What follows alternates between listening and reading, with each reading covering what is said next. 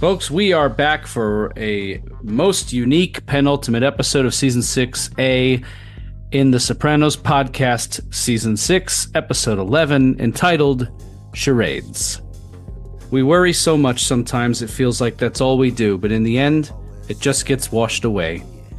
That's a quote from Carmela in Season 6, Episode 11 of The Sopranos, entitled Cold Stones. This was written by Diane Frolov, Andrew Schneider, and David Chase, and directed by Tim Van Patten. So, generally speaking, The Sopranos seasons, and we can have the discussion at a future date once we've seen 6B about whether this is one long season with a little break or whether 6A serves as its own thing. But for all intents and purposes, as far as when this was airing, this was a penultimate episode of a season. It was the last episode you were going to see before the finale, and then an extended break before the final 9 episodes. So as far as penultimate episodes go, we'll have to see whether it's more intense than the final one, as has been the case for many of the Sopranos seasons. Long-term parking, Knight in White Satin Armor, these penultimate episodes that really pack a wallop before a more reflective, quiet finale. This is definitely the most... In much the same way that the season 3 premiere was probably the most unique season premiere of any of them, this is probably the most unique penultimate episode of any of them. Cold Stones. I enjoyed it. I'm Chris D'Amato. I'm Paul Mancini. And I'm Jordan Hugh. Guys, thoughts on Cold Stones? Yeah, as already mentioned, this is an incredibly dense episode where all of the various narratives seem to be doing something that requires like a lot. It's a really rich episode, both thematically and in terms of what actually happens in the episode. Great performances in this. Still managed to be surprising. Really some great stuff. I don't want to get hit with this later, so I just want to say I like this episode a lot. It has nothing to do with the fact that it's the conclusion of the Vito storyline. Yeah, you got what you wanted. You got what you wanted. He's not dead. That. He's out of here. I didn't care for the storyline, but it's not that this episode ends it that makes it one of my favorites. It's that it's how it ends. It's our reflection on it. And I'm going to say this up front. My favorite thing about this episode is that even though Phil Leotardo gets what he wants, he doesn't seem that happy about it. And I've been thinking about that all night. Isn't that unbelievable? One of my favorite scenes in the entire episode. It's one of my favorite things, yes. Yeah, we'll talk about it, but one of my favorite scenes in the entire episode is something we see at the tail end. We'll talk about it. But I agree. It's pretty fascinating that this thing that Phil has been bleeding about endlessly finally happens, and it's to mixed response. Paul, anything on this episode? Yeah, it's okay. No, I love this episode. It's dope. It's also, I think like 20 years ago, again, I would have been like, yeah, Carmen and Ro are in Paris, but who cares? But I freaking love that portion. It's so good. It's such a good instinct to bring Ro. What it brings up for Carmela, was brought back to when we did episode 2. And Jordan mentioned that reflecting on the coma sequence, when you travel, you feel disoriented. You feel not yourself. Yeah. This is precisely what Carmela goes through to profound effect. Love that, but I love the other storylines as well. Vito is such an anticlimactic character that in the episode where they killed him, they had to kill another fat guy. Yeah, Vito sucks. The New Hampshire storyline doesn't add much, and functionally the rest of 6A didn't need it. I did feel a little guilty when we would talk about it, how like I guess I kind of wanted to care about it more. I just was never invested in Vito. He gets back to Jersey in this episode. Nobody there gives a shit about him either. They either just want him dead or they want something out of him before they kill him. That's basically it. And when he comes back, he is right back where he belongs, I think, where he should have always stayed, a functionary character. Within 2 minutes of him getting killed, Tony says, you know what this is about, right? It's not about Vito. It's about me. Phil's saying he can clip one of my guys, and I can't do any fucking thing about it. That's the most interesting thing Vito's ever done, is get killed by more interesting characters who create more interesting story. Thanks for stopping by, Vito. Say how you really feel, Paul. Yeah, fuck that guy. And fuck anything where I'm supposed to like feel bad for him because he was mistreated because he's gay. Yeah. That's all theory. Guy was a piece of shit and he was uninteresting to boot. Wow. Let me ask you this, Paul.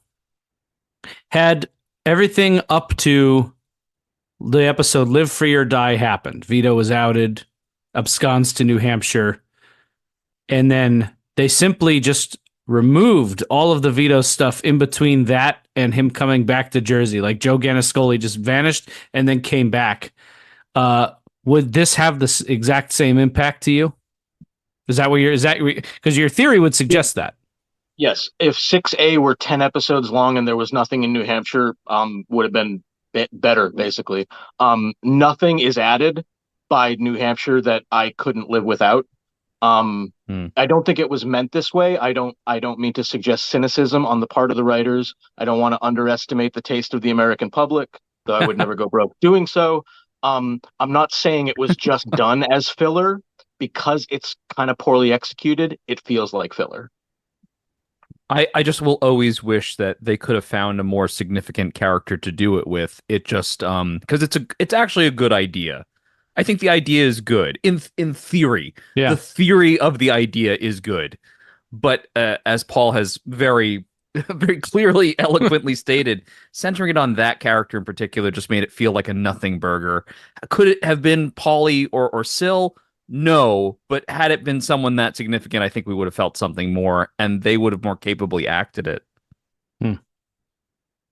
Well, all possibly true. I have a feeling Lily is going to want to weigh in on this. I'm excited to get Chris, into what's your opinion here? You're a little bit more favorable on this storyline and on this character in general, right? That's always been the case. Yeah, listen, it's not my favorite. I would even say it. Look, I would even say it's arguably this. I mean, I'm not even going to sit here and argue that it's not the weakest stuff in 6A. I enjoy it. I don't know if that means it's necessarily good or bad or whatever. I just mean that when I'm entertained by it. I'm not sitting there checking my watch, waiting for the next scene. I like the actor who plays Johnny Cakes. I think it's interesting territory.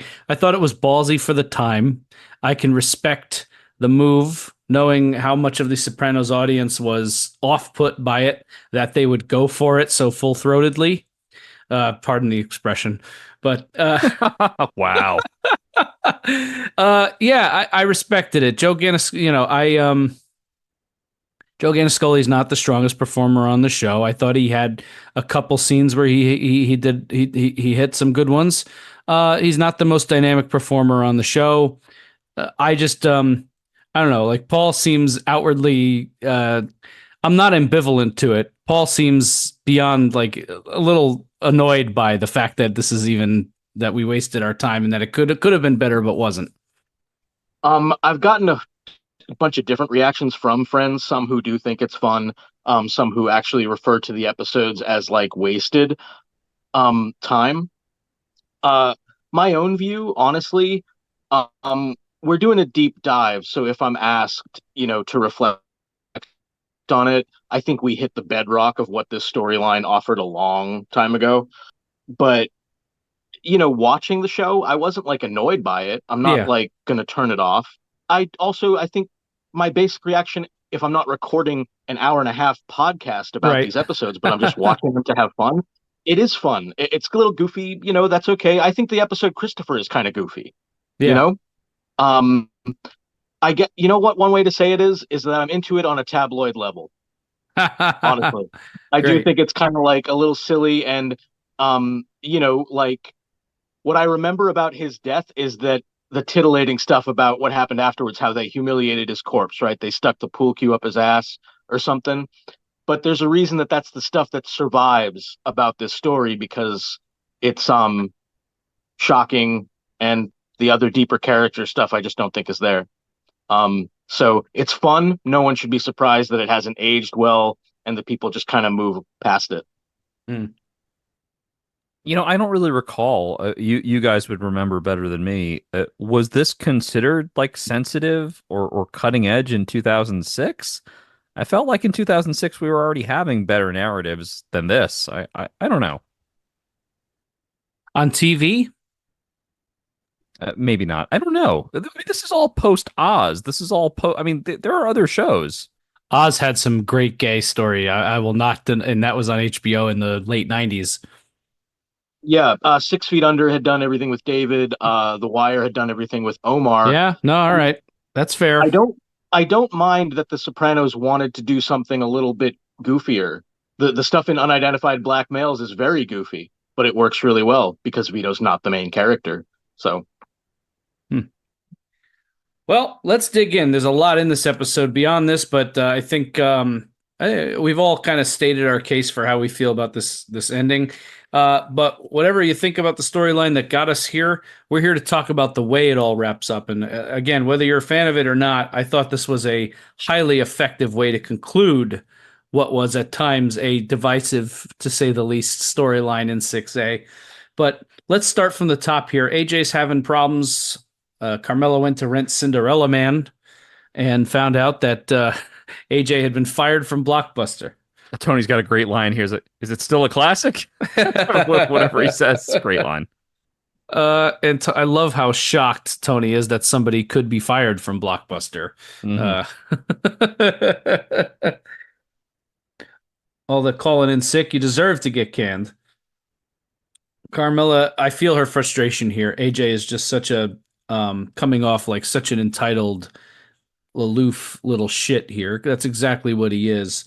How do we feel about the evolution of AJ? He's had an interesting season 6. There's obviously a bit of a time jump between 5 and 6, but I think back on the little boy AJ and the conversations we had about him being sort of what Jordan would describe as a gray kid, and how a lot of times his storylines were more sort of very subtle in the background, and he's trying to find himself. I think back on him experimenting with football for a little bit, or trying the event planning and then denying that such an interest ever existed. And then there's one scene in a season 3 episode, I think it might be Fortunate Son or even Employee of the Month or something, where he just goes to visit Meadow at college and steps outside and is just sort of looking around like, oh, I don't belong here. Is where AJ is now what do we think of this trajectory, how he's ended up and how he's developing?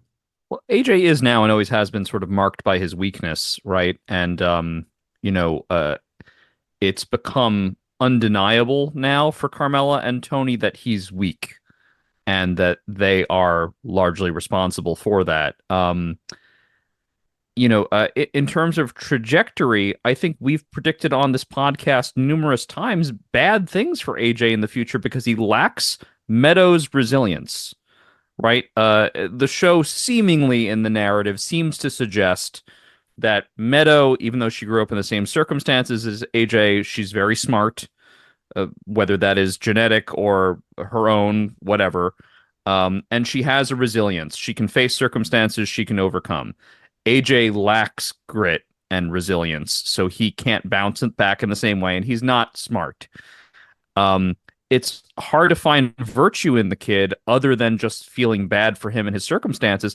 And at some point, we, the viewer, can no longer excuse him. Like, we can say, oh, well, Tony and Carmela are horrible parents and whatever, but at some point, AJ needs some initiative of his own.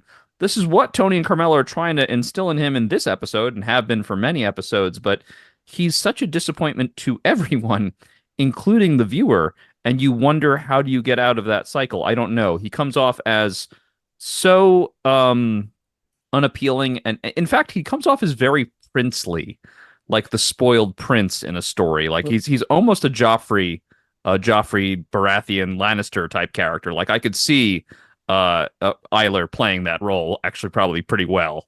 It's just a very unlikable character now. They refer to him throughout the episode as Prince Albert. And for good reason. Yeah. Well said. This scene is great, and it's a perfect way to start the episode for all 3 characters, right? Because of where they are, we will understand very quickly what gives Carmela this push to, let me take a trip. AJ and the trajectory, it's part of it seems like there's no trajectory, and it's reflected in the next scene when what really worries Carmela is this dead thing inside, this I don't give a fuck attitude. I mean, does Tony even know he's lying when he says, I don't know what that's about? He knows exactly what it's about, and he knows which parent of his it comes from. So this is I love that this is the way that this is setting up the episode. It's very funny, but as Jordan just laid out, there's a lot of dark stuff in here, and how worried I think we've actually been about AJ. Well, and it's escalated the worry too, because it's one thing, obviously you care about a little kid when you're watching young AJ, and there's this sense of, can we salvage this kid? Tony asks Melfi, how are we going to save this kid in season 3? And it's at the point now where, I mean, look, obviously adults can change, but it's much harder. Adults are much less malleable. And we're getting a glimpse at the man AJ is becoming or has become. And the stakes are higher because he's an adult. And the chance for Tony and Carmela to effectively mold him into something is slipping away if there's even any chance left. No? I mean, Tony looms large, but this is an adult we're dealing with. And if Tony makes a decision to boot this kid out, he's unleashed upon the world in his current state. Pretty scary. AJ doesn't even feel like an adult, right? I mean, that's part of the problem, is that he seems to have lacked some real maturity at any point. Like any milestone that would have done that for him, just it hasn't happened. He's not coalesced into a real person. He's kind of left in this infantilized brat stage, and it's got to be so frustrating for Tony, who, think about his ideals of masculinity: Gary Cooper, John Wayne, sure, even Michael Corleone, right? AJ is basically the opposite of any of those guys, right? At least he's not Hernan. I'll say Hernan's pretty bad.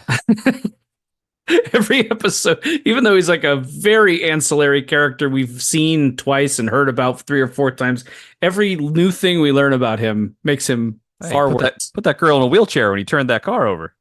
Fuck. Oh, man. And prejudiced against skateboarders. Right, yeah. He sure is. He's looking for a new job on the internet. Carmela's had enough. He makes this comment. I'm going to come back to it when we get to one of the therapy scenes later on, but you better be thanking her. If I were you, I'd be thanking her, because without her, you'd knock all your baby teeth out with one shot. To which AJ, I like the way they framed him, giving him the finger. Yeah, we get the scene up in bed. Not the last scene of somebody laying restlessly in bed we're going to get this hour.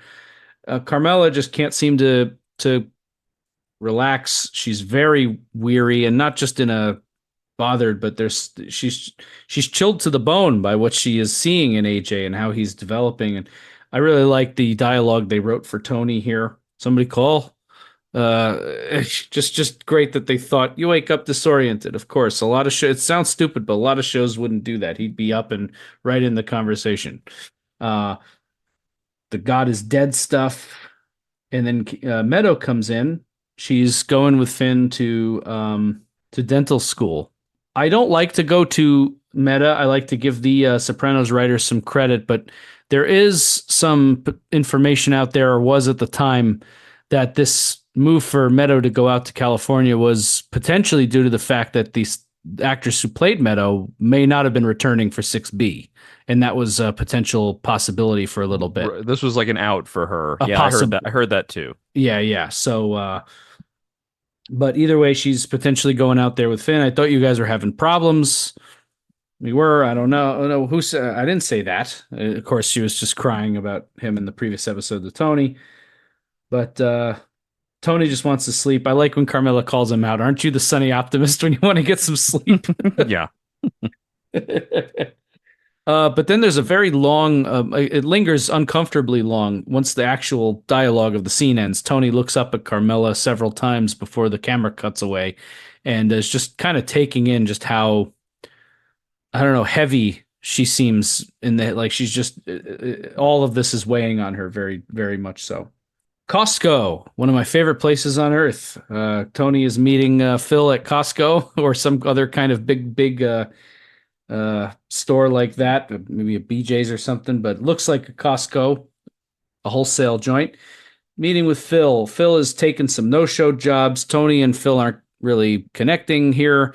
John is out of the picture now. That's the important thing to keep in mind as far as context goes. Phil, they bicker a little bit about the vitamins, but either way, they hit a bit of an impasse, and we're going to come back to Tony and Phil, but that situation is getting worse now that Johnny is sentenced and tucked away forever. Cool, because now Phil feels like he can throw his weight around. He's the boss of New York. I mean, what are you doing? Correct. And Johnny was the one keeping, Tony says it in the first episode, Johnny keeps a lid on Phil. So without Johnny, this character we know as Phil Leotardo has no quote unquote lid, and that's a frightening thought. Yeah, this is going to be key, I think, because of who Phil is and the position Tony is in, that we're tracking this throughout the episode. Again, it's not Vito himself, it's what he brings up. That I think is really important, because even though they're having problems here, I see something in it as salvageable. Once Vito comes back and reveals himself in New Jersey, forget it. Carmela wants to go on the trip to Paris. She won in the silent auction. Trip for two for $5,000. Tony can't go. She wants to go with Ro. All of the stuff going on around her. I don't blame her. I'd want to get out of Dodge too.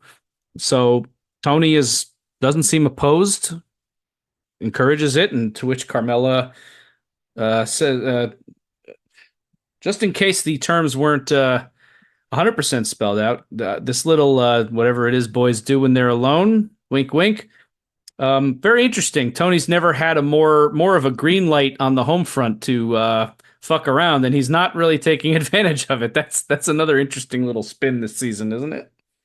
It is. Well, he does take a bit advantage of it, but she's never been that loose with the rules with him before. But I mean, this is part of the new arrangement, right? Yeah. I guess also in a weird way, that's kind of her asserting control of the deal, because it's like, I'm sure she doesn't like it ultimately, but like, if she's the one giving permission, it almost takes away the luridness of it a little bit. Right. Yeah. I guess, I mean, duh, but they have a very unconventional marriage, and it's only gotten less conventional. And, we folks who live in the real world, I think we don't understand what it's like to be inside that situation. Sure. And the sheer amount of money at stake. And let's not forget that this was not Carmela's first, second, or even third choice, this arrangement. She tried very hard in season 5 to get away and kept getting pulled back into Tony's orbit because of the people he associates with, because of the way he conducts himself, the way he poisoned the lawyers, the way he just polluted Carmela's reputation with other men she tried to date. This is option, not option B. This is option E or F. Right. So she's making the best of this situation. And actually, correct. I think what surprises us in this moment is she's very cavalier about it for the first time, I think, ever. Excellent points. Do you guys know why there are trees along the Champs-Elysees in Paris? No. Couldn't tell you. Because the Germans like to walk in the shade. I'm just fucking around, France. I love you. Yeah. This scene is great. It seems pretty timely. This is not too long after Iraq. Is that why Tony says the frogs hate us? Because it must be. Yeah. This is still Bush. Yeah. This is the era of freedom fries. Yep. I believe they're referred to as pomme alimette, Chris. Oh, yes. Thank you. You're welcome. And then Vito sandbags Tony in the mall. This, I won't lie, this is a pretty fun little scene. The way he surprises him, Tony's reaction here. One particular exchange that really fucking gets me laughing very hard every time is, my brother's over there. What does that mean? Yeah, nothing. He's just there. They picked the funniest looking guy in the world with these magnifying glasses on. So, funny bit, if you want to dig back a little bit in the show, this might be hard to remember just off the top of your head, but that guy who's standing across the courtyard at the mall is actually the guy who got his head bashed in by Mustang Sally in season 3 with the golf club. Wow. Okay. That's Vito's brother. Wow. Vito wasn't as big of a character then, so I'm just kind of amazed that guy survived and is functional. So, well, maybe some vision impairment. Right. Yeah. But he makes an interesting pitch here, and I got to say, whatever Tony's feelings on homosexuality aside, whatever bigotry and prejudice he's going to deal with from the guys, from a business perspective, Vito makes a very compelling pitch here. I'm not going to take that away from him. $200,000 immediately in your pocket. And I think he sells it well. Construction, I know that's out. He comes at it very realistic, those guys. But meth, running girls, AC, a little more tolerant atmosphere. I'd be close, but not too close. Yep. It would be a lot easier on Tony had he not come back with such a... I mean, that sounds like it almost could work, couldn't it? Yeah. Well, on the secret $200K that he would give to Tony without telling anybody, right? Right. Yeah. Yeah. Just $200,000 immediately in your pocket. Yeah, sure. Tony's going to consider it. More funny gay humor in the back of the Bing. He was stalking you. That's a thing with the gays, quote unquote. Being in the closet, Silvio says, makes them devious. We're going to come back to the closet a little bit later on. But And these are all actual old world, very stereotypical, offensive beliefs. But good on Chase for bringing them all out. It's true; these guys probably would say this. yeah, that's the thing. He's being honest with these guys. You can't like you obviously you can get mad at it because it's gross. It's gross stuff they're saying, but it is very true to them. So you can't. How mad can you really be at it? Uh, Tony says, fuck Phil. You know what that's about? Wants to be seen as a big tough prick, that sort of thing. I mean, that's true. It is also straight up projection. Tony knows that he cannot appear weak.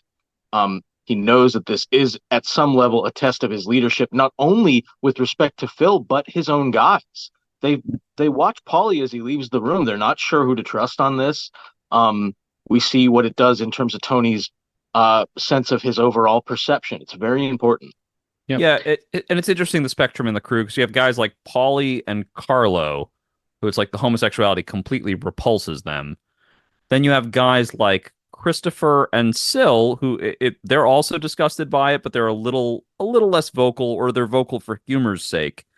And then you have Patsy, who's almost on the more liberal side of it, right? And then you have all the way on the liberal side of it, Tony, who at least inwardly doesn't care nearly as much as he has to pretend he cares, the charade of caring. right. Right. So there's that too. And then, of course, the ultimate charade will be later when we discuss Phil Leotardo's real feelings on all this and why he probably feels the way he feels, or it has to appear. Oh, yeah. Can't wait for that. So yeah, Tony's considering this. Paulie walks out disgusted. I tell you what, I'm not much into big brands or fancy merchandise or big swag like that. I'm a fairly simple guy in my tastes, but if somebody wanted to walk up to me with a Louis Vuitton bag full of banded cash, I'll take it. The real Louis Vuitton. Yeah, that's right. And of course, Carmela living up to her end of this bargain. She delivers it well. A part of her means it, but again, it just takes handing her a bunch of money or a beautiful ring to get the "I love you." And Tony's response is very telling when she says, "I don't say it often enough." Well, no one's stopping you. Both of these two live up to their end of this very strange situation they have in their marriage. We get the cover story right from Vito's mouth with his family. He's a special agent with the CIA, spy in deep cover. They're having lunch at Rockefeller Center. Looks like a nice time. He's not. I almost feel like Marie. I don't know. Maybe I'm wrong here based on some of the other things the character has said because she told him he needed to get help, whatever. But I feel like Marie would almost respect it more if he was just like, yeah, I'm gay, but let's hang this out for the kids. And, he's just still in denial. It's the medication. It's the. Well, I think the moment that is so repulsive is he's just like, in fact, we should have another baby. Like, what the fuck, man? Yeah. It's just, you realize he's hopeless. Yeah. In terms of being able to figure out anything about himself or his situation. Yes, he is just trying to survive, but it is so it's so off-putting and unbecoming, and everything about his character, you just see the spiral. Yeah, he's seriously fucked up, as Jim says later. I'm sorry to say, were it not for the fact that he's basically beaten to death and tortured and humiliated, when they kill him, they do him a favor in a way. He is so fucked up. He does not. He's trying to when he's coming back, he's trying to live this lie. It's a straight up lie. And it's again, I'm not like too emotionally connected to the character. Some of these scenes are tough, actually, emotionally. For me, this one, and certainly later when the kids are reading his obit, because these kids you don't know these kids terribly well, but these kids are still at an age where the dad's a superhero. Right. Basically, which is why the cover story seems to work so well on them. That right? obit scene is devastating. Yes. It really is. Yeah. He calls Jim. I feel like this is probably the last we'll hear or see of Johnny Cakes, but he fuck you, doesn't want to hear anything. It's the fucking life you couldn't live without. Vito knows that's correct. Jim knows it's correct. I don't want to know you. You're messed up. And that's it. Don't call me anymore. Click out, and that's it. Vito is still staying in a dingy motel in Fort Lee. And the next scene is him running into some guy. I don't know that we've met this character before. If we have, he's just sort of been in the background. This big, beefy guy in the tracksuit. Won't hug him, but His name is Terry Doria. Terry Doria. Okay. But he goes by Hopalong Cassadich, I guess. As many do. The look he gives Vito when he touches his arm. But this is more pathetic self-preservation by Vito, agreeing to the loan and not seeing the writing on the wall. And also, I don't know, kudos to this guy. It's a fucking smart idea. It's like waging a bet. He took a big bet that this guy's not going to be around long. Let me get 20K off him. Yep. And it was a good amount, 20 grand. And he agrees to the 2.5. And yeah, you're betting against this guy. This was the first scene where I was like, for sure, I was like, oh, he's dying this episode. Right. Lou Costello Park. This is where Phil meets to bitch about Vito. It's a funny spot for this. Thought you were going to take care of that, quote, fucking Fanoik. Look, he's been back. What do you go? Look at you. What are you, Karnak the Great now? But yeah, it's Phil is not letting this go. Tony is beside himself. Tony knows he's right. Phil is not going to let this go, and that's very upsetting to Tony, and it's going to come back. Carmen and Ro are in Paris. They're at this elegant restaurant. They're hearing the French hip-hop driving down, but even, they had to shoot this act. There's no way this isn't one of those deals where they made it look like somewhere else. They shot this in Paris, and it's actually... David Chase loves Paris. I believe Paris is where he spent his time between seasons. Actually, he would abscond to Paris for a year before coming back to do the next season. So this probably came a little bit out of David Chase's love for the city. But they do a good. Ro is kind of playing the Paulie role from Commendatore. Which is like the person who can't quite acclimate to the culture of the new place, whereas Carmela's looking to be inspired. There's also a little Commendatore-esque, not criticism of Paris, but kind of the saying like, oh, hey, there are the ugly parts too. But, of course, this episode has the inversion of Commendatore, where actually, as we'll discuss, Carmela does see the beauty of Paris for actually all it is, and it's a great moment. Tony never quite gets there in Commendatore. He only gets there, in his mind's eye in a later episode, so it's never quite there. Yep. I did insert the memory stick, Ro. She's so funny, Sharon Angela.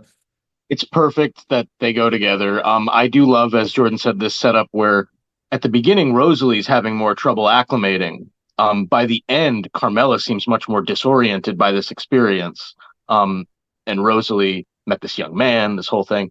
And I adore this moment when they're on the bridge. I hope people have this experience if you get to visit a foreign city, a city with a lot of history and culture and amazing architecture, or maybe somewhere around the world where you go there and at first you're a bit disoriented, and then you really realize the power of this culture that you're in. And it can almost be overwhelming. I remember it happened to me when I first went to Italy and I was in Venice, and it didn't hit me until about halfway through, I think, the day there, that I was in this city with so much astonishing history and that sort of thing. And that moment when they're on the bridge is so great, and it leads to one of my favorite transitions on The Sopranos. Yeah. Yeah. Who could have built this? And you get all these shots of these statues, these beautiful carved from stone. And then you get the, as you just alluded to, Paul, make sure you clean all that shit off a tit. Lodi, New Jersey, off of Route 17. I can't think of a place more opposite of the Seine, frankly, than Route 17 Lodi by the Bada Bing. Tony can't keep fighting Phil on this. You want your no-show jobs? We got to give him Vito. It's unfortunately that simple. And Tony's real busted up about this. He goes through, all his weeks in the hospital to get saddled with the decision with something like this. If he wanted to pursue this lifestyle, he should have done so quietly. I love that even Silvio, who's been on all the gay jokes and all of says, oh, he wasn't he? He was. That's actually the shitty part of this is that like Vito didn't suddenly decide to come public and like flaunt this. He was quiet. He got caught Yeah. accidentally. Mm. I do approve of Tony's leadership decision here. Let Carlo had the biggest problem with it. Let him handle it, right? Uh, this is a big hassle for Tony. He doesn't want to have to. He doesn't want to do it, which I don't blame him. Silvio knows Tony really well, doesn't he? He Oh yeah, understands his thought process. He knows right where Tony's going to go with this, doesn't he? Don't beat Mm. yourself up about this. I thought that was a great line. yeah. No, these two are fantastic together. The bond and the relationship of Tony and Silvio is low key one of the strongest in the whole show. It's really good. Yeah. Tony is listening to a very sweet message from Carmela while making eyes at this, beautiful endowed stripper in front of him. She's making eyes back at him. Yeah, she's very endowed. Yeah. The tailor butchered Phil Leotardo's Zanellas, the poor guy. Well, he's going blind, Chris. The concerned Catholic mothers, quote, a gay in our own family, just talking about how ashamed she is. Yeah, this is Patty Leotardo. This is Correct. Phil's wife, who we've I think not met yet. Yeah, woof. They did a good job establishing this character quickly, did they not? You know immediately what she's all about. Yeah, and you got that. Oh yes, here's the woman that drives him too. Right. Yep. Vito doesn't renounce that lifestyle. He's damned. To which Phil replies ominously, I know. He needs to be made to face his problem squarely. They're saying the same thing, but they're talking about much different outcomes. Well, ostensibly she's ordered the hit. I mean, that's what she's saying. Right. Yep. But Phil laying there, his pants. We're going to get back to this. Carmen Rowe, the sights, the plaques. We get a couple of insert scenes here with them just walking around looking at all of the sights and all of these things etched in stone across Paris. Moment of Rowe lighting the candles, which we're going to come back to. Those longtime viewers of the show, you know who she's lighting those candles for. It's Jackie and Jackie Jr. And it's juxtaposed with Carmela looking at this statue, more cold stones, all this stuff with stone. Maybe one of the title references. And the one that it focuses on is a Madonna figure, Madonna and child. What's on her mind, what it causes her to bring up later at this inopportune time with Rosalie. Interesting imagery, right? Yeah. Tony, first act of infidelity that we're aware of post-shooting. You get the close-up of him behind the wheel. I think most viewers would say, oh, is this a panic attack? Oh, no. Okay, I know what's going on. And they did not. They're doing a fun thing here where and Rosalie alludes to this on the other end of the story, where she says later on to Carmela, "Why would you bring New Jersey here?" But they're really having fun with the beauty of Paris and the scumminess of the North Jersey mob lifestyle. You just have all of these wonderful sights and the plaques and the history and all the deep things that Carmela and Rosalie are dealing with, and the beauty of the cathedral where she's lighting the candles. And then this stripper from Lodi, New Jersey, wiping Tony Soprano's cum off of her lips. I mean, really, could it be more opposite energies? No, I mean, it's great. It's I think you're right, Chris. There's a lot of this stuff deliberately. The other thing about Tony getting a blowjob in the car is that the last time that was a thing was in Irregular Around the Margins. Yeah, and Rihanna. That might be our first hint of that imagery coming back. So, very good. Right after Vito, again, good timing for Vito here. You couldn't call him at a better time. He's probably got a good clear head. He's nice and relaxed. And Tony wants to know who these contacts are and makes a meeting with Vito 11 o'clock in the mall. Now, Tony, this is interesting because we just saw Tony decide that Vito has to go. He can't keep fighting Phil. So what do we think? Is this mall? It's not going to matter in about 30 seconds, but is this mall meeting legit? Was Tony going to meet him and consider this, or was this the setup? He was going to. I think that's the setup. I think Carlo's going to meet him at the mall, or someone else is going to meet him at the mall. Tony's not going to be there. Yeah. I mean, he does say later. Sorry, he does say later, which is it's true. It was going to be a net result, no matter who had found him first, him or Phil. Yep. Yeah, I consider that too. And in any case, Tony's half day of hesitation is all Phil needed. And then this it happens. The scene, this is a brutal scene. It's first of all just the indignity of it, the locale. No one wants to get murdered anywhere, but especially once again, the beauty we're seeing overseas and then this location to be brutally murdered in. The hotel, they tape Vito's mouth shut. It's Fat Dom and some other New York guy, and then Phil comes out of the closet. Very provocative imagery there, very deliberate on Phil's part, just signifying this is coming back for you. I don't know if it was the TV I was listening on in particular, but man, these sound effects of these pool cues were, you didn't have to see it, and it was still pretty vivid. I don't know why I've never quite noticed how fucking awful that sound is, but it was really bad this time when I was watching it. There's a lot in that scene. There's he comes in, he gets jumped by them. They're immediately very cruel in addition to being brutal. And they're yelling their slurs or whatever they're doing. Phil comes out of the closet very theatrically. He didn't have to be hiding in the closets. That's the deliberate sort of symbolism there. They tape his mouth shut. It's in a dingy motel room where you imagine maybe someone who's trying to hide this lifestyle might go somewhere with someone to have sex with them. There's that kind of association. They're beating him with pool cues, which are very phallic, and we of course know one ends up shoved up inside of him. And the best shot in this scene is, of course, it's would we call it a flinch? What would we say? Phil sits on the bed, and he watches them beat the man to death, and his face is stoic, but his fingers clench the sheets on the bed, almost as if he hates what he is watching. Isn't this something? It's what a remarkable shot that is. And I love, it's such a smart choice, and I love how subtle it is, because you don't know exactly what it is, but it gives you just enough to really swim in some interesting territory with this character. It's really a smart move. For me, it's the charade. For me, it's that much of what we see of Phil actually is an act, and there is a human person inside of there, but he has to be a certain way to be who he is.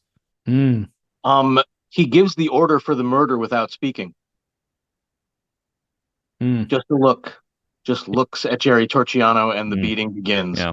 That connotes power. That is fighting against what Jordan started the episode with, weakness. And I think as Jordan aptly titled our episode, the charade has to be put on because the perception of weakness, in effect, is weakness. Yeah. Powerful, brutal scene. They have to lighten it up with Murmur's joke, which I have used. The duck and the pig. I like Murmur. I've made no bones about that. So no, he's fun. Good spot for him here to just take us a little bit out of that before dropping it on us again. What a fascinating reaction to this news in this room too. You can see it on everybody's face. They're all sort of waiting for Tony to react. They're going through their own thing. Patsy has the most interesting reaction in the room, frankly. Just what he's going through on his face. You can tell he's not thrilled with it either. This is the guy who, when he first heard the news, I could care less, basically. Yes. Again, that spectrum is in full effect in that room that we just discussed a moment ago. Tony and Patsy, I would actually characterize, seem bothered. Yeah. And they have to how do I play this? I can't say out loud, I don't like what happened. Right. And eventually it falls into humor that is mean-spirited humor. Mm-hmm. Lovers quarrel. Look, we all know who did this. It's Phil. Carlo comes in. You got to admire the guy. It's not all talk with him. Realizes that was a dumb thing. Shut the fuck up, Carlo, you fucking idiot. You fucking mook. Carlo is a mook, isn't he? That's a great word for him. He really, what a dumb fuck. Jesus Christ. Like that of all things to say. Yep. Not the only scene he's a dumb fuck in. Oh, well, we're about to get there. Patsy And they says, made that guy a fucking captain. Unbelievable. Anyway. yeah, no, he got Vito's spot. Isn't that something? Patsy says, I wish I borrowed money from the guy. You get the shot of the smirk. So, Yeah, from Doria. Yeah. right. But this is Phil exerting his dominance. Tony and Silvio are strategizing about it in Satrial's. Tony takes a call from Carmela. It's Carm is just loving the trip. How's the toast? The French toast. Tony can't seem to. He's on a completely different wavelength from her, right? She's just having this immense philosophical experience, and Tony's joking about French toast and French fries and uh, making jokes about AJ. He'd love it there. Those dipshits don't want to work either. And I don't want to keep you up. I'm sure you're busy, whatever. And so they hang up, but a little moment of connection there before they get back to it. Tony is not in favor of all out going to the mattress, going to war. A, because it's stupid. They've established early this season that New York greatly outnumbers New Jersey. And the bottom line at the end of the day for these guys is money. Guys who are on the mattresses are not out earning. This isn't the era of Vito Corleone. This is much more delicate and tenuous time for the mob. They have to be making their money and staying out in their businesses. So they're gonna do something. Tony's talking about a wire room in Sheepshead Bay. They're gonna do some kind of retaliation, but Tony's not authorizing all out war just yet. What a great way to tell a story without a single line. This little scene with AJ laughing on the computer and Tony walking in, the face work on Tony and and I'm not going to take it away from Robert Eiler here too. Like that was just, I don't know. I felt Tony's disgust. It's like, you fuck. Ugh.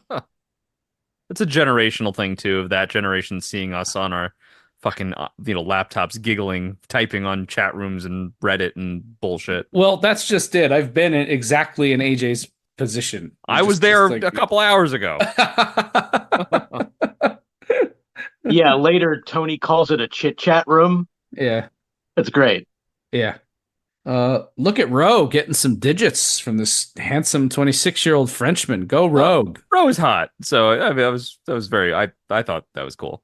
Roe is a beautiful woman, and particularly this episode, actually, she's like she's on vacation. She's doing some different things with her hair.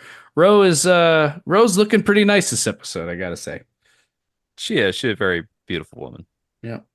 She's great. The line that they have a Belleville in France kills me. Yeah. That is great. And then we get this, for all intents and purposes, really the heart of the French trip, and not the first time we're going to allude to Tony's coma sequence in this trip, but it's much like Tony's coma. The longer she goes, the more lost she is in all of this and the strangeness of it. Generation after generation, she just gets into this.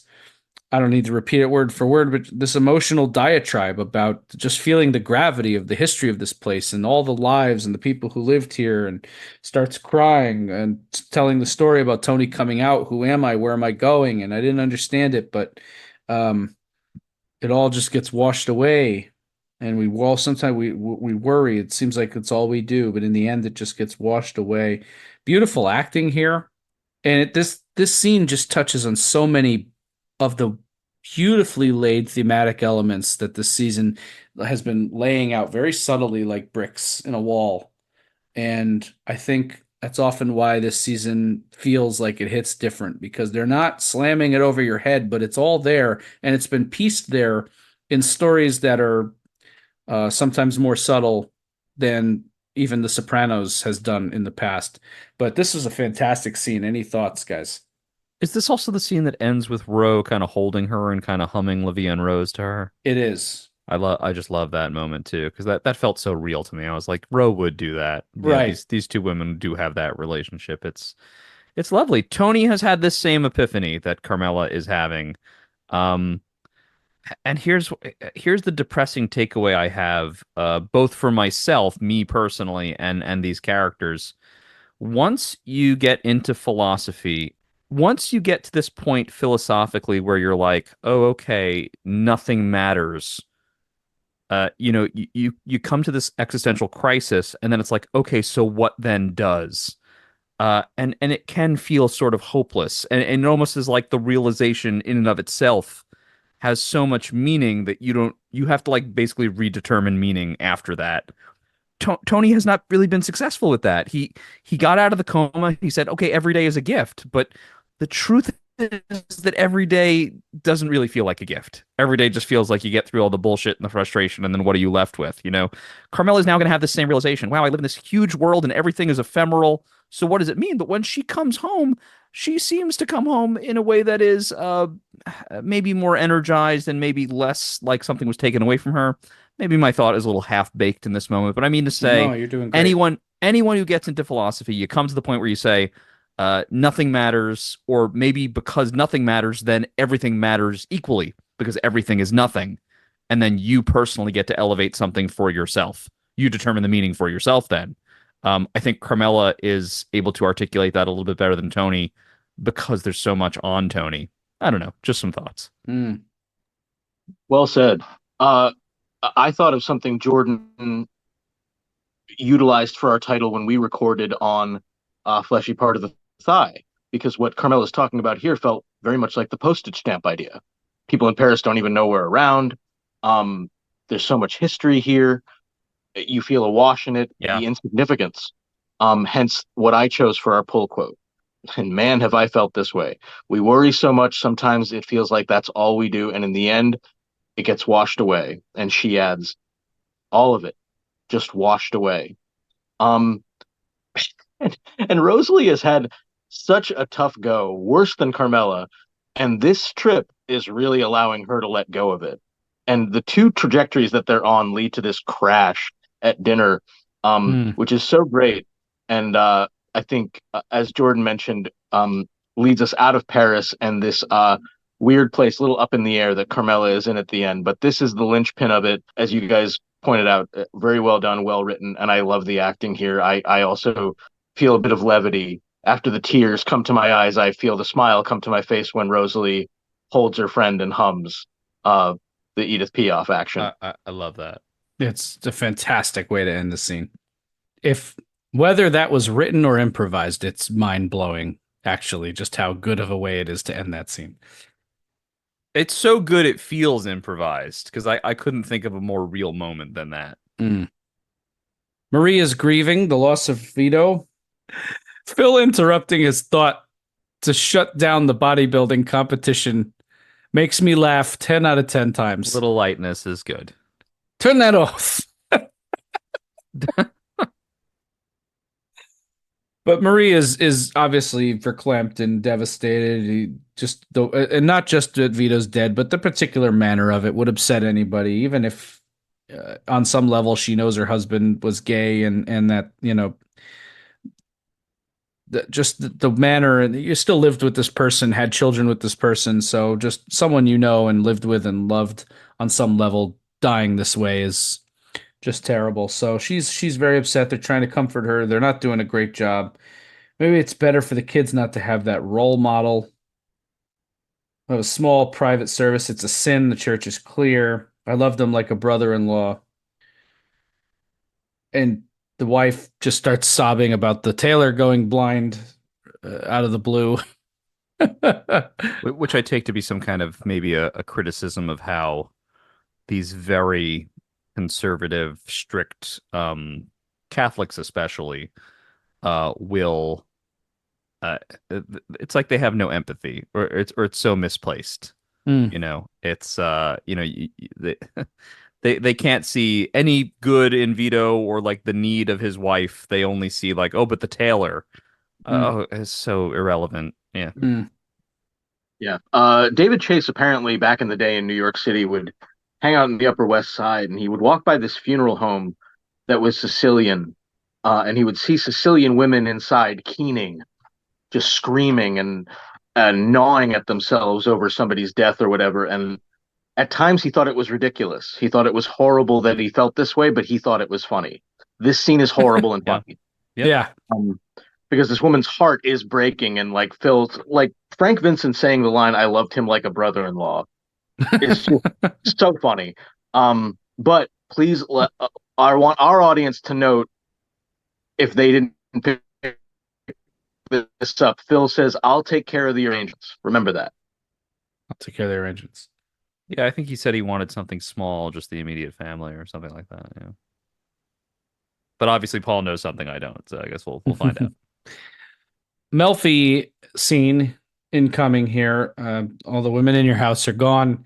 Can we not talk about this? What would you like to discuss? She throws it back to him, and Tony lobs a great line at her. It's such a moment of the long pause suggests that he knows what he wants to say, but he's wondering if he should really say it, and then he says it. How about the fact that I hate my son? Want to smash his face in. Melfi tells him he has to deal with this anger. My father would find this hilarious, the kind of son I produced. Because he's not the idea, I'm paraphrasing, it's not the idea, his idea of what a man should be. And Tony replies, his, mine, or anybody's. Which is fantastic. But I love how Melfi presses back on him here because look, I'm not one of these like hyper macho guys, and AJ, the way he is sickens me, and it's not coming from a place of masculinity so much as the fact that he's just not oriented toward anything. He's a lazy little fuck with no agenda. Correct. That's exactly it. So he's not my idea of a man, certainly. But Melfi has such a wonderful comeback to him, which is that, he could have, maybe he would have had some balls, but maybe he would have also taken out his father's brutality on others. And we've been dancing around this for years, how you live. And what you're mad at Carmela for doing to AJ is what you wish your mother would do for you. Boom. She wins with that one. There's nothing Tony can say to that. Which is why he deflects to blaming Carmela's gene pool. Yeah, he's small. That's the problem. Mm-hmm. Tony seems to have no balance. He can't figure out how he feels about this or articulate it because he's like all over the place. Part of him knows, of course, that this is like a taboo thought. How do you think about that? Like, my son, that I feel this way. So he's like hating on himself, but also pissed at him, pissed at himself again when he thinks my dad would find this fucking hilarious. So he's blaming the genes again. Then he pushes it elsewhere. And, it's wild. Melfi just is trying to get him to see it straight. But again, like, we're dancing around it. We're dancing around how you live. We're dancing around your true feelings. We're dancing around manhood. We're dancing around how you perceive weakness. Yeah, and I'm detecting a hint of fatigue on Melfi's part with the fact that, we're always sort of coming around to this fact we can never quite, once in a while, they really hit on something. Last episode, they really hit on the root of Tony's issues with Janice, but they so often just have to dance around the actual issue. It's tough. It's very difficult, must be, for her treating him at this point with all of this. He's kind of a hopeless case. I mean, he refuses to come around to anything. He does realize things, but then doesn't grow as a result. It is frustrating. I see it too. Then we get this dinner scene in France with Carmela and Ro, which is a completely different scene than anything else we've seen between these two here. And it's a tough scene, actually, because it's just so uncomfortable. Like you it's one of those scenes where Carmela's talking and you can see on Rosalie's face that she's not vibing with this at all, doesn't want to go there, doesn't want to make this trip about this. And Carmela is just digging in, and Rosalie tries to steer her away. Well, maybe I'm just not, maybe you're more philosophical life goes on. The waiter interrupts them. That's a good opportunity, but Carmela keeps pressing the gas, and when Rosalie finally breaks, it's uncomfortable. It's awkward, and I actually was yelling at my TV. I was like, "Why are you bringing this up now? You're out to a nice dinner. You're trying to enjoy the vacation. yep, Talk to her about this at home." yeah, it's morbid. Sorry, Ro. What can I do? Light a candle. I imagine him with his dad and his grandma who he loved and Jesus. Why would you bring this up? Why would you bring New Jersey here? And to Carmela's credit, she gets it. She presses the brakes and apologizes sincerely and steps off. Uh they're excited to shop tomorrow, but Rosalie's gonna go out with this guy. At first, she says it a little bitingly, and then she also de-escalates and says, "You're welcome to come, Carmela," but Carmela's going to walk the banks of the Seine one more time. But well acted. I like the way this scene built, hit a crescendo, and then came down. These two ladies are so good together. Yeah, all the two for scenes with Rosalie and Carmela are great.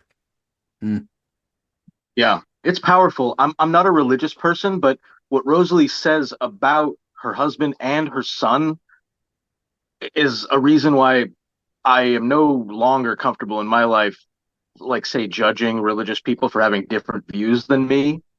You know what I mean? Like, the comfort that this provides for her that Carmela can't get next to, there's a reason that people look to that in whatever faith system they have. And what's bugging Carmela, I guess it's not really conscious, but these things that are on her mind, first that she brings up at the wrong time, then the thing that's disrupting her sleep, are both dead people that Tony facilitated making dead. Like, how fucking insane is that? That's really nuts. Holy shit. Why would you bring New Jersey here? Can you imagine if Fat Dom Gamiello walked into this French restaurant? And that would just be the epitome of bringing... But anyway, no. Then we get the sequence in the back of Satriale's. Oh my God. He's going to stop by his daughter in Metuchen. Vito's son is 13. His daughter is 9. Obviously, they're kids. You can see them, but it was actually... I appreciated having the age just dropped on them because it makes the next scene we're going to see them in much even more sad. He comes on with the jokes, the 3-ball in the side pocket. It's all very cute. He keeps pressing. At first you're wondering, like, is this guy stupid? What the fuck is he doing? And then, to me, as a New Jersey person, he gets to the heart of the matter when he makes an implication about this gay actor who, come to think about it, he was from Jersey too. That's what you're getting at, that these Jersey guys are all buffoonish and not masculine and gay and all this shit. And then it gets personal, and Silvio whacks him in the back of the head with a dustbuster. I don't know. It's not something I thought I would see. I have a question. All right. So Silvio jumps on his back. Yep. And he says, Carlo hit him. Did you think he thought he was going to stab him with the fucking knife? No way. Because No way. if you keep listening, so once he actually starts stabbing him, Silvio starts calling Carlo off. Like, Carlo, stop. Oh my God. Yeah. So no, I don't think even Sil thought it would quite escalate to this. So it was just like it escalated. He happened to be holding the knife. I think they just thought they were going to give this guy a beating and send him away. Here's the thing, man. This guy is like twice their fucking size. Like, I think if Carlo didn't get the knife, these guys might not have won the fight, frankly. So, but yeah, this is gruesome. I like the way this. I mean, look, we're not particularly attached to the character of Fat Dom Gamiello. It's not like a devastating loss. We just met him. But yeah, exactly. But the way this was shot, the brutal stabbing, the screaming, the chaos, the overhead shot of him landing on the meatballs in the middle of the table, like, that's unforgettable cinema right there. That's fantastic. It's great. And also that they still later eat the Fra Diavolo next to the body. Jordan, when I tell you, for the first time, I noticed that they fucking ate after this. They ate at that table. Yep. I died. This watch through was the first time I noticed. I'm like, they ate any of that food. I think they had a good time with it. They ate quite a lot. They're playing cards. They had the bleach bucket nearby because they were going to start working on that pretty soon. Oh man. Great acting here when Tony shows up. Silvio tries to get him to just, nope, you don't want to be in here. Just go Go for a ride. Tony's like, what? Fuck out of here. Goes in, has This is like you have two sons and something's broken in the house. It's like, Syl hit him first. And Tony's reaction is just like, I wasn't here. This didn't happen. He walks out with his hands in the air like, I'm not, don't know anything. I've touched nothing. I've seen nothing. Love to gab. Hope she's over the flu.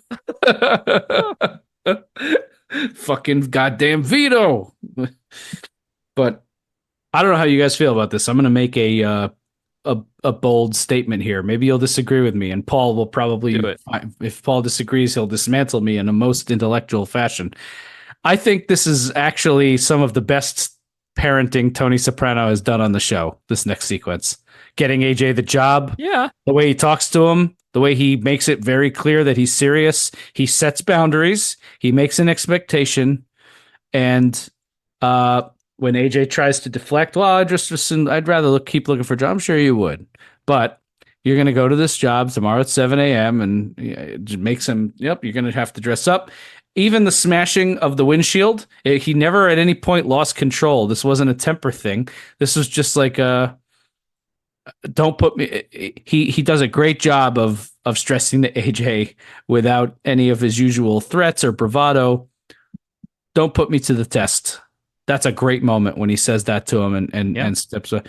And it's a little Johnny. It's a little Johnny. Yeah. AJ fucking knows he's serious, and that's what he needed, because they're sitting there making his stupid jokes with that creep Hernan and playing Perfect. I think that was Perfect Dark on the. But great. I loved this scene. I'm sorry. I think it's exactly what AJ needed in this particular moment. Is it going to fix AJ long term? Probably not. But in this moment, on this day, that was triumphant parenting.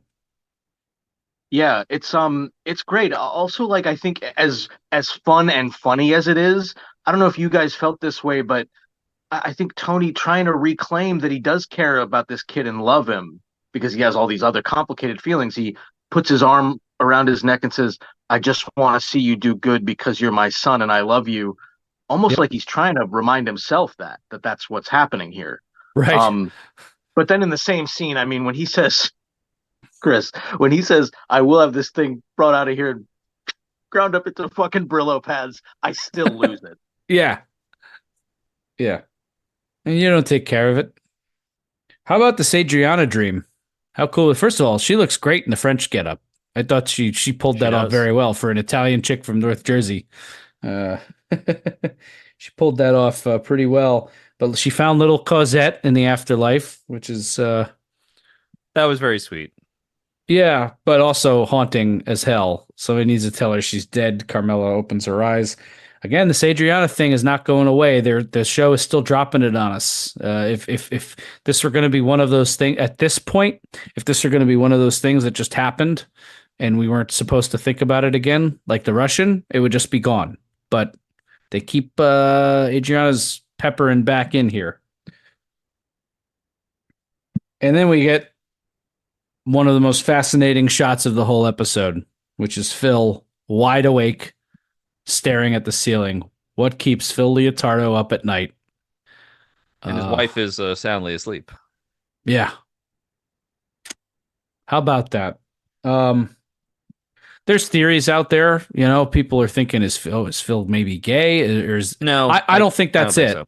I think it's just he, even on some level, even he knows that this is supremely fucked up. Yeah.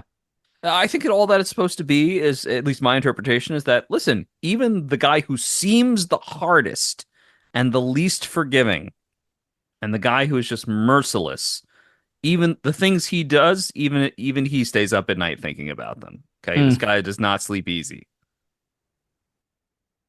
It's a hell of a choice for the show to do that. It just adds such a wonderful layer to it. It would be so easy to make Phil Leotardo two-dimensional, and they refuse to do it. It's great.